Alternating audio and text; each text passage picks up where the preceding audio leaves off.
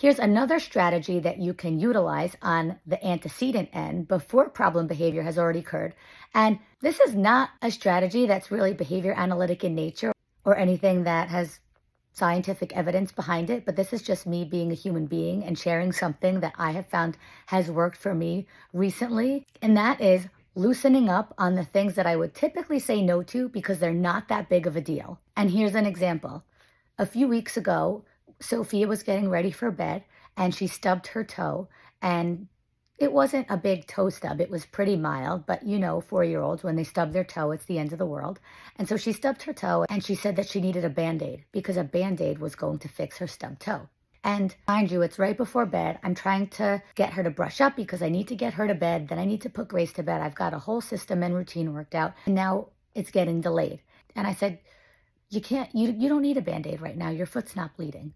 And she was devastated and she sort of lost it. And she was like, no, I need a Band-Aid. This is horrible. My foot.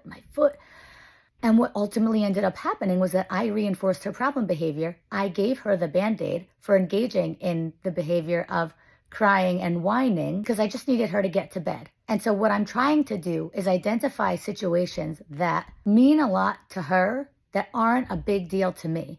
And you know your child, and you know what things set them off, and you know what things are a big deal to them or not. And at the end of the day, Sophie is 4, and it's not that big of a deal if I give her a Band-Aid for stubbing her toe, because I know that she loves Band-Aids. I have a learning history of that with her, of when she gets hurt, she likes to have a Band-Aid. If she stubs her toe during the day, I would typically give her a Band-Aid. If she really wants a Band-Aid, I'd give her a Band-Aid for that. But if I do tell her no for a Band-Aid because I don't think it's necessary, I'm also okay with her being upset with that during the day because I've got all the time in the world.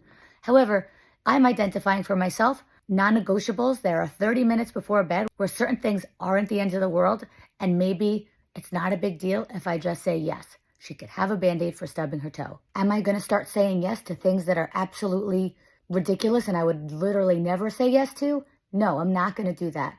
But I also know that Sophia is not going to go to college putting Band-Aids on stubbed toes, or I hope not at least. And so if it is that 30 minutes before bed where I am more susceptible to reinforcing problem behavior because I'm rushing, then if something's not a big deal, I'm assessing now whether I could just say yes right now.